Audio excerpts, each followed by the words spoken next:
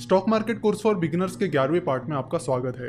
तो गूगल पर reverse CAGR calculator search करने के बाद आपको रिवर्स सीएजीआर कैलकुलेटर की कुछ वेबसाइट्स मिल जाएगी।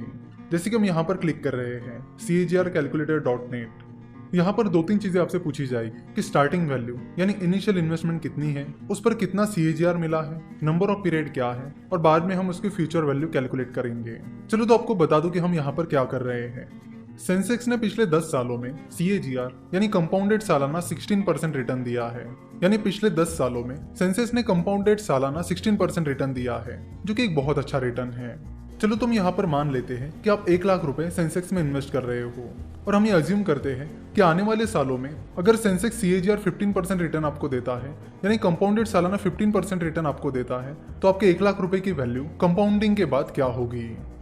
तो जैसे कि हमने मान लिया है कि आप शुरुआत में 1 लाख रुपए इन्वेस्ट कर रहे हो, तो स्टार्टिंग वैल्यू यानी इनिशियल इन्वेस्टमेंट वैल्यू यहाँ पर हमें 1 लाख रुपए रखनी होगी। तो स्टार्टिंग वैल्यू के कॉलम में आपको लिखना है 1 लाख। हमने अज्यूम किया है कि आपको आने वाले सालों में कंपाउंडेड सालाना 15% रिटर्न मिलेगा, इसलिए सीएजीआर के कॉलम में आपको लिखना है 15। नेक्स्ट पॉइंट आता है नंबर ऑफ पीरियड्स। तो चलो देखते हैं कि 15% कंपाउंडेड सालाना रिटर्न से 1 लाख रुपए की वैल्यू 1 साल बाद क्या रहेगी। तो नंबर ऑफ पीरियड्स में रखिए 1, क्योंकि हमें 1 साल बाद की वैल्यू पता करनी है। तो 1 साल बाद 15% सीएजीआर से 1 लाख रुपए की वैल्यू 1,15,000 हो जाएगी। यानी 1 साल बाद 1 लाख रुपए की इन्वेस्टमेंट पर आपको 15,000 रुपए रिटर्न मिलेगा।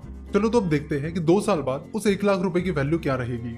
तो स्टार्टिंग वैल्यू में आपको फिर से पुट करना है 1 लाख रुपीज, सीएजीआर में लिखना है 15% और नंबर ऑफ पीरियड्स में लिखना है 2, क्योंकि हम यहाँ पर चेक कर रहे हैं कि 2 साल बाद 15% सीएजीआर से 1 लाख रुपए की वैल्यू क्या रहेगी। तो 2 साल बाद उस 1 लाख रुपए की वैल्यू 1,32,250 रुपीज हो जाएगी। जैसे कि हमने देखा था कि 1 साल बाद उस 1 लाख रुपए की वैल्यू 1,15,000 रुपीज हो गई थी। तो दूसरे साल बाद आपको उस 1 लाख रुपए पर भी 15% रिटर्न मिला और पहले साल का जो रिटर्न मिला था जो कि 15,000 था, उस पर भी आपको 15% रिटर्न मिला। यानी पहले साल बाद आपको जो रिटर्न मिला उस पर भी आपको 15% रिटर्न मिला है, यानी आपको रिटर्न पर रिटर्न मिला है। तो कंपाउंडिंग की वजह से आपको 2,250 रुपीज एक्स्ट्रा रिटर्न मिला है। तो 2 साल बाद आपको टोटल 32,250 रुपीज रिटर्न मिला है।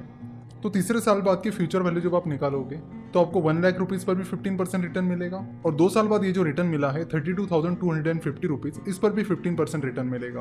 और इसी तरह कंपाउंडिंग काम करता है, यानी रिटर्न पर रिटर्न। यानी पहले आप जो पैसा इन्वेस्ट करते हो उसका रिटर्न भी आपको मिलता है और इनिशियल अमाउंट पर ये जो रिटर्न मिला है उस रिटर्न पर भी आपको रिटर्न मिलता है, और यही कंपाउंडिंग की ब्यूटी है। तो इसी तरह आप आने वाले सालों की फ्यूचर वैल्यू निकालोगे तो 28 साल बाद आपके 1 लाख रुपए की इनिशियल इन्वेस्टमेंट 50 लाख हो जाएगी। यानी आपके 1 लाख रुपए की इन्वेस्टमेंट 15% सीएजीआर रिटर्न से 28 साल बाद 50 लाख रुपए हो जाएगी। यानी आपकी इनिशियल इन्वेस्टमेंट 15% सीएजीआर रिटर्न से 28 साल में 50 गुना बढ़ गई है। इसी तरह आप 28 साल के बाद भी आपके 1 लाख रुपए की इनिशियल इन्वेस्टमेंट की फ्यूचर वैल्यू निकालोगे तो आपको पता चलेगा कि 33 ईयर्स बाद आपके 1 लाख रुपए की इन्वेस्टमेंट 1 करोड़ हो जाएगी। यानी 1 लाख रुपए की इन्वेस्टमेंट 50 लाख होने में आपको 28 साल लगे और उसके बाद और 50 लाख रुपए जुड़ने में सिर्फ 5 साल लगे।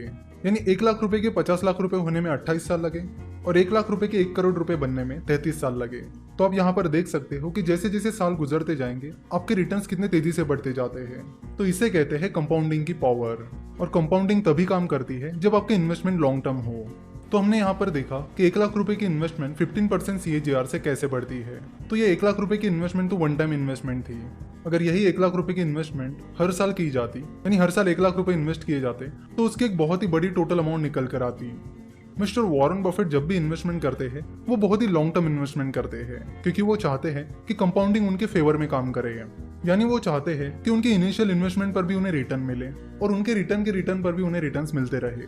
उन्होंने 1987 में कोका कोला में इन्वेस्ट किया था और अभी भी वो उसे होल्ड कर रहे हैं और उनके लगभग सारे इन्वेस्टमेंट्स बहुत ही लॉन्ग टर्म रही है, जिसमें उन्हें कंपाउंडिंग का बहुत फायदा मिला है। हम चाहते थे कि स्टॉक मार्केट इन्वेस्टमेंट शुरू करने से पहले आपको कंपाउंडिंग के बारे में पता चले ताकि आप इसका यूज अपने फेवर में कर सके, और इसीलिए हमने काफी ज्यादा फोकस देकर ये टॉपिक यहाँ पर कवर किया है। आशा करता हूँ कि आपको ये लेक्चर पसंद आया होगा। हमसे जुड़े रहने के लिए आप जरूर हमारे फेसबुक, ट्विटर और इंस्टाग्राम पेज को फॉलो कीजिए। हमसे जुड़े रहने के लिए आपका बहुत बहुत धन्यवाद।